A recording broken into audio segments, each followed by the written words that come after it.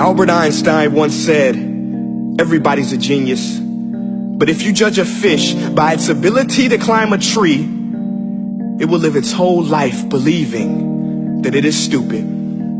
Ladies and gentlemen of the jury, today on trial we have modern day schooling. Glad you could come. Not only does he make fish climb trees, but also makes them climb down and do a 10-mile run. Tell me, school, are you proud of the things you've done? Turning millions of people into robots, do you find that fun? Do you realize how many kids relate to that fish swimming upstream in class, never finding their gifts, thinking they are stupid, believing they are useless? Well, the time has come, no more excuses. I call school to the stand and accuse him of killing creativity, individuality, and being intellectually abusive.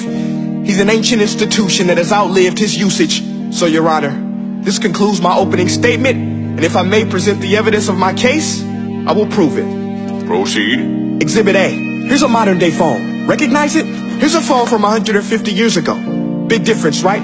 Stay with me. Here's a car from today, and here's a car from 150 years ago. Big difference, right? Well, get this. Here's a classroom of today, and here's a class we used 150 years ago. Now ain't that a shame? In literally more than a century, nothing has changed. Yet you claim to prepare students for the future? But with evidence like that, I must ask, do you prepare students for the future or the past?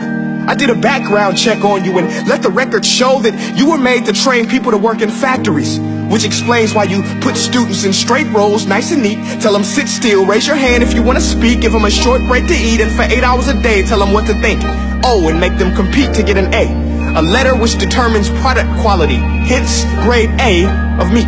I get it. Back then, times were different. We all have a past. I myself am no Gandhi. But today, we don't need to make robot zombies. The world has progressed. And now we need people who think creatively, innovatively, critically, independently, with the ability to connect. See, every scientist will tell you that no two brains are the same. And every parent with 2 or more children will confirm that claim. So please explain why you treat students like cookie cutter frames or snapback hats, giving them this one-size-fits-all crap. Watch your language. Sorry, Your Honor, but if a doctor prescribed the exact same medicine to all of his patients, the results will be tragic. So many people will get sick, yet when it comes to school, this is exactly what happens. This educational malpractice, where one teacher stands in front of 20 kids, each one having different strengths, different needs, different gifts, different dreams, and you teach the same thing the same way? That's horrific. Ladies and gentlemen, the defendant should not be acquitted. This may be one of the worst criminal offenses ever to be committed. And let's mention the way you treat your employees. Objection. Overruled. I want to hear this. It's a shame. I mean, teachers have the most important job on the planet, yet they're underpaid? No wonder so many students are short-changed. Let's be honest. Teachers should earn just as much as doctors, because a doctor can do heart surgery and save the life of a kid. But a great teacher can reach the heart of that kid and allow him to truly live. See, teachers are heroes that often get blamed, but they're not the problem. They work in a system without many options or rights. Curriculums are created by policymakers, most of which have never taught a day in their life. Just obsessed with standardized tests. They think bubbling in a multiple choice question will determine success. That's outlandish. In fact, these tests are too crude to be used and should be abandoned, but don't take my word for it. Take Frederick J. Kelly, the man who invented standardized testing, who said, and I quote, "These tests are too crude to be used and should be abandoned." Ladies and gentlemen of the jury, if we continue down this road, the results will be lethal. I don't have much faith in school, but I do have faith in people. And if we can customize healthcare, cars, and Facebook pages, then it is our duty to do the same for education, to upgrade it, change it, do away with school spirit, because that's useless. Unless we're working to bring the spirit out of each and every student, that should be our task.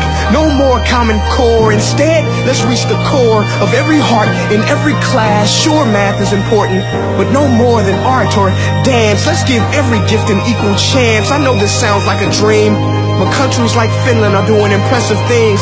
They have shorter school days. Teachers make a decent wage. Homework is non-existent, and they focus on collaboration instead of competition. But here's the kicker, boys and girls. Their educational system outperforms every other country in the world. Other places like Singapore are succeeding rapidly. Schools like Montessori, programs like Khan Academy. There is no single solution, but let's get moving. Because while students may be 20% of our population, they are 100% of our future. So let's attend to their dreams, and there's no telling what we can achieve. This is a world in which I believe, a world where fish are no longer forced to climb trees. I'll rest my case.